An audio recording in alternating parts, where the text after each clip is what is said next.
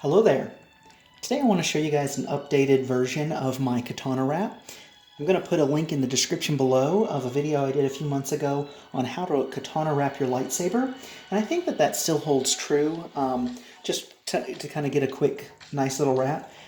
But I actually really like the idea of having something that you can just slide on and off of your grip, just for aesthetics. So that way, you don't actually have to have this on your katana if you want to duel or anything like that. So what I do first is I take these bits of colored paper, and I like the metallic. So there's a metallic red. I saw this metallic rainbow. I had to get that. But I take them, I cut out about a 5" by 5 square. Now you can make it as long or as short as you want. But, like I said, I did the 5 by 5 for a piece about this big, and I wrap that around my hilt, and I super glue the edges. Be very careful of that so that you don't get any super glue on your hilt. Once that's dry, then you actually start with the katana wrap. And what I've decided to start doing, instead of doing a colored wrap, I found it easier to do the black wrap. That way I can actually super glue this when it's done. So I get a liquid super glue, and it has to be liquid, cannot be gel. And I just kind of go in and I put a little bit of super glue, and the fabric kind of soaks it up. And as you can see, there's a little bit of a glue mark here, but overall, it's not noticeable. And the reason I do that is that now none of these are going to move, even when it's loose like this. But now I can actually have a red as the undercolor. I can have rainbow as the undercolor, or blue, or there's tons of different papers that you can get. This is basically the consistency of poster board. So you can get matte colors, patterns, whatever you want. But what you then do is you just kind of take your bottom of that, slide it up. And one of the things that I recommend, I'm actually going to get a pommel for this particular lightsaber that does kind of stick out, kind of has that faucet knob look to it. So that's going to prevent this from sliding off. You can also take electric tape. Like another thing that I'm going to do is wrap a bit of electric tape just up at the top here, so that when it gets to here, it snugly fits.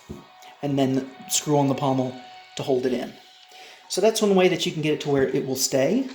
But I think the overall look is pretty good. Now, me personally, I don't want to put the wrap on the entire saber. You could certainly do that if you wanted to, but I really like this to not be what I immediately grip with my hand, especially when I'm going to do a lot of spinning and stuff. Now for my secondary grip, that's fine. Just to kind of get a look on that. Now, this other wrap that I've done, as you can see, it's rainbow color. So this is actually my wife's saber, and I couldn't help but do just some different colors as soon as I saw that wrap. And what's really cool about keeping it loose like this is that you can actually twist the orientation. So typically katanas will have the diamonds down the side, whereas in this case, you want it aligned with the switch. And also you can do extra pieces like this piece if you wanted to do a full hilt.